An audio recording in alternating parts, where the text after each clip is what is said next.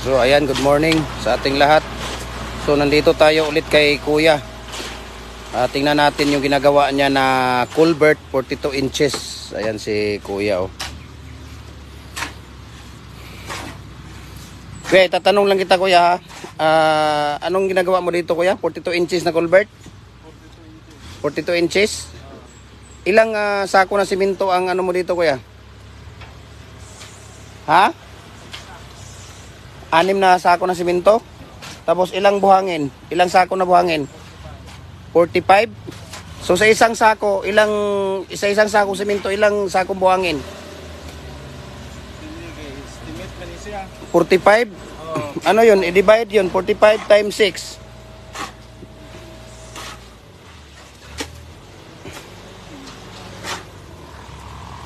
45. 7.5 ang isang sako. Tapos, ilang 42 inches na culvert ang ano niya? Isang piraso. Ayun. So, dito pala si Kuya, ang ratio ng buhangin, cement at water niya dito sa 42 inches na culvert ay 6 na sako na simento Kuya, di ba? Tapos 45 bags na cement.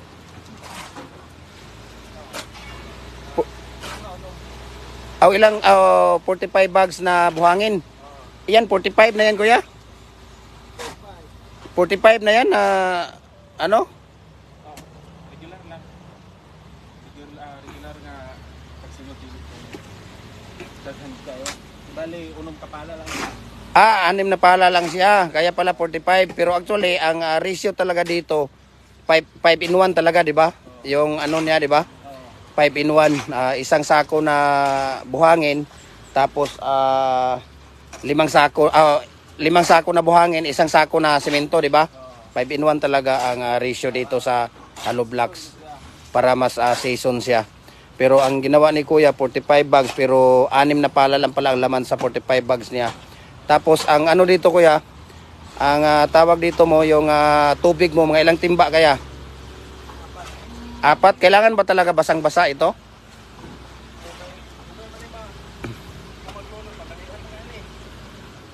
So kailangan basang-basa. Ayun, so kailangan talaga idol no. Ang tips namin dito sa culvert idol, diskarte dito, tips at saka techniques na ibigay namin sa inyo. Mag-ano kayo ha, tawag dito, pakinggan nyo ng maayos, mabuti para hindi masisira yung gawa ninyo na culvert, okay? So kailangan ang tubig dito, kailangan basang-basa siya no, dahil manumano nga ang pala dito sa culvert, manumano siya. So kailangan basang-basa siya dahil matagal siya no, abuti ng mga 40 minutes siguro Kuya no, paggawa diyan, paghulog ng buhangin sa molder. Mga 1 hour. See? Kailangan basang-basa siya para hindi titigas no, para hindi titigas ang culvert yung nailagay na sa ilalim. So kailangan basang-basa siya. So yun ang tips ni Kuya no. Ayan, so mayroon tayong tips ngayong umaga sa inyo sa paggawa ng culvert na 42 inches. Ayan. So kailangan lang talaga na basang-basa yung ating buhangin para mas ano siya, para mas hindi titigas doon sa molder. So ito po ang molder natin ng culvert. Ayan, 42 inches. Ayan. Ayan po ang culvert natin. Okay. Si Kuya nandoon din si Kuya, ginagawa ni Kuya doon ay nasa ano, Kuya, ano yung ginagawa mo diyan? Ilang inches yan Kuya?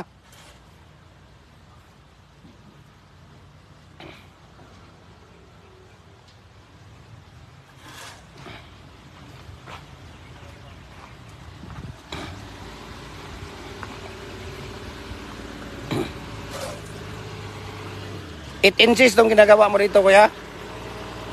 Yeah? 8 inches? Ayan, 8 inches ang ginagawa dito ni Kuya. Na ano ni Kuya dito mayroon to siyang ano dito, yung bubong. Kaso nung hangin, wala na, nabuwal na.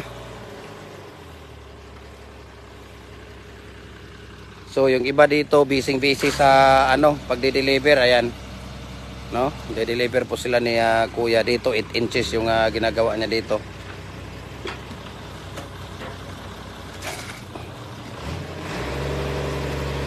Kuya, asa naman to imong anak nga mang imawayaw galublak kuya? Kaya na ako yuta dito na palit ba? Itong kapanghimo o galublak.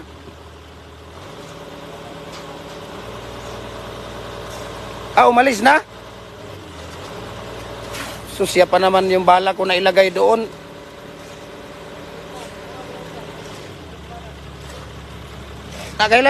Kailan babalik yun? Ha? Ay nabuang imbis kay nag-istorya mi ni kato si kuan na ingko nga didto kuan nun siya may akong papuyon didto unta. Diya ba sa Amaya Skips ba? Diya ba kanang bagong dalan diya? Diya bitaw sa kanang bulwa nga diversion ng bago. Ayan, so dito si Kuya. Kuya, anong ginagawa mo dito kuya? Anong ilang inches to? Ha? 20 inches to kuya? As kuya, ayaw sumagot ni kuya. Kuya, 20 inches ginagawa mo? Sa isang 20 inches kuya, ilang sako na simento? Isa? Tapos ilang buhangin? Ha? Ilang sako na buhangin? Ilang sako na buhangin kuya? Ang 20 inches? Wala mo. Ha? Okay. So, 5 in 1 ang ano dito kuya, timplada, di ba? Ayun. So, ito idol.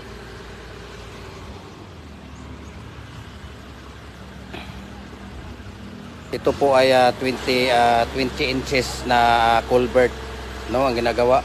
So, isang sako na simento at 5 bags na buhangin po ang ano dito. Yung pahalo natin dito sa isang 20 inches na hollow block. Basta ang tips lang namin sa inyo mga idol, yung 5 in 1 lang talaga ang ano natin dito mixing. Ayan. So mayroon din tayong 6 inches dito, ayan oh. Kita ninyo, mga 6 inches na mga culvert. Ayan. Tapos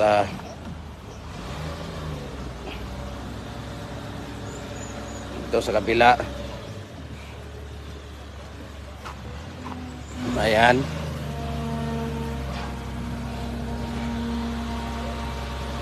Dito sa kabila 8 inches. Ayan, so yung culvert natin dito 8 inches. So ang ratio talaga dito idol para mas matibay, no, hindi yung wag niyo i-ratio yung inches ng culvert kung ano yung gawa natin na mga pipes, culvert pipes, no. Dong, ang sakyanan dong.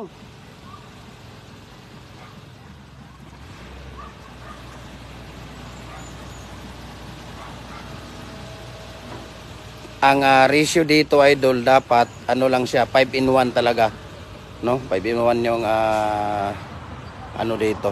Estimated lang siya, estimated natin na ano. Kim. Sakyanan ba, sakyanan? No, estimated lang yung ratio natin dito idol sa ano sa paggagawa natin ng culvert. Ayan, so ito dito ay 8 inches. Ayan, kung makikita ninyo.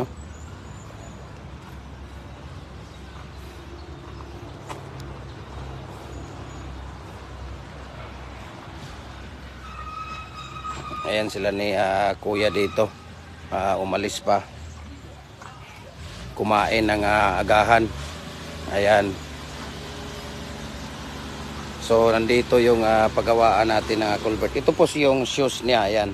Makikita nyo. Shoes niya. Yan. Yung shoes ng culvert natin. So mayroon siyang lock ring.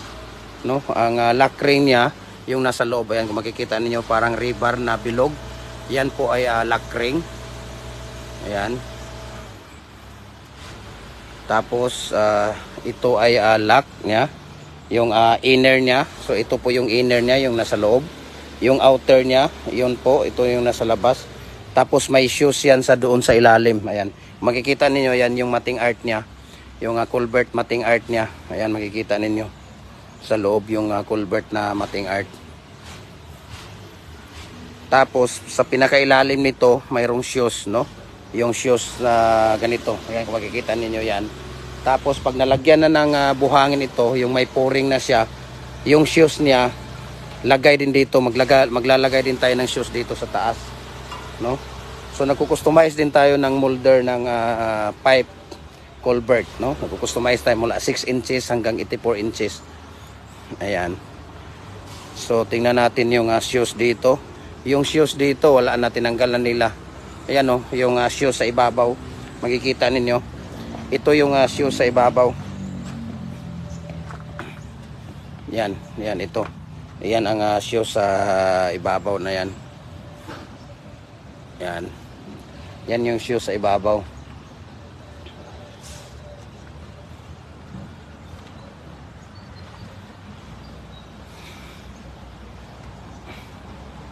So ikot-ikot lang tayo dito, idol, no? Marami tayong stocks ngayon na mga culvert. Ayan. Makikita ninyo. Ayan, oh. Yun pala yung lock ring. Ayan, ipapakita ko sa inyo yung lock ring doon sa taas, no? Dito sa taas yung lock ring. Ayan, oh. Okay, nahulog yung ano ko. Tawil ko. So ito yung lock ring. Ayan, maraming lock ring. Ito, ibig sabihin, lock po ito sa loob, no? Para hindi siya mubabol. Pag nailagay mo na to sa loob ng inner, no? Sa inner ng lock ring natin, hindi na siya matawag dito, hindi na siya mag-move. Hindi na siya dahil mayroon na siyang lock. So importante talaga sa paggawa ng culvert, no? Dapat kompleto. Inner, outer, lock ring at saka shoes. Dapat marami ang shoes. No? Sa atin kasi pag may bumibili ng tawag dito, may bumibili ng mga molder natin, 4 ang shoes ang ilalagay, isasama natin diyan. 4 na shoes na ganyan para paggawa mo sa isa, paglipat mo sa inner at saka outer, mayroon pang shoes na available, no? Mayroon pang shoes na available dito. Ayan. So ang dami natin ngayong mga culvert dito, idol, no? Na mga available. So dito lang yan sa Sunto, Kanituan, Cagayan de Oro City. Ayan.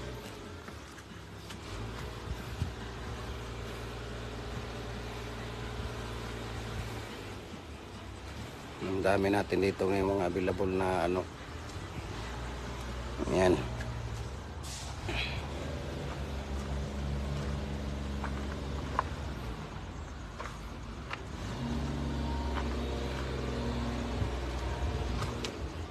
Mga culvert natin.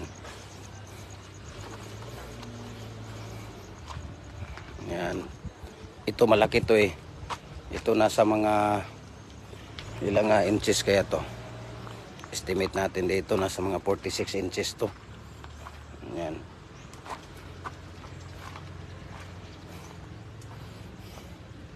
Ayan yung mga gutom na gutom. Ayan, kumain sila ni Kuya, oh.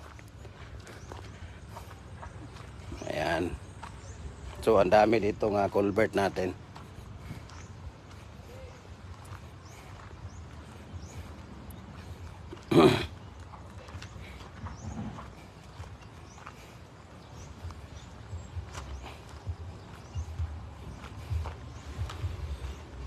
Tingnan natin dito kung ano yung ginagawa ni Kuya dito sa isa.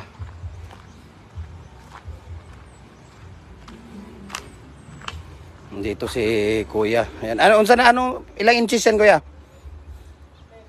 18? Ito yung mating art na ni Kuya. Ilalagay niya sa 18 inches niya na na culvert. Ayan, oh. Yan ang mating art ng culvert. Ilang mm to, Kuya, na kabilya gamit, Kuya? 1.6 na 8 mm ba to?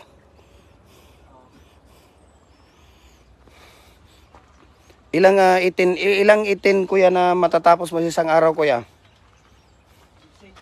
12 piraso? Tapos magkano yung mo dyan per piraso? 90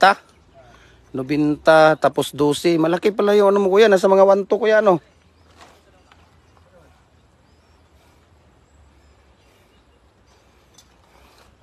Ayan.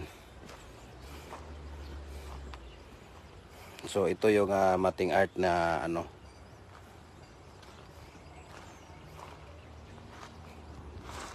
Okay.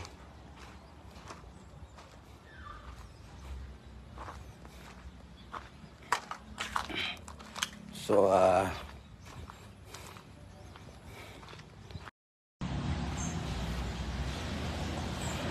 yan.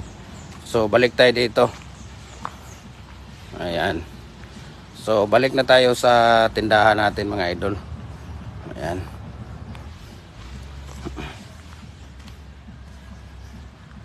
Ito na kuya, bumalik na doon sila ni kuya.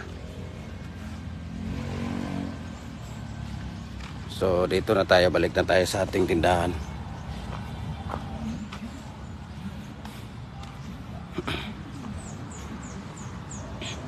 Ayan, yung mga gumagawa ng pins concrete post natin, ayun din sila ni Jopre. So marami tayo ngayong stock. Ayan o.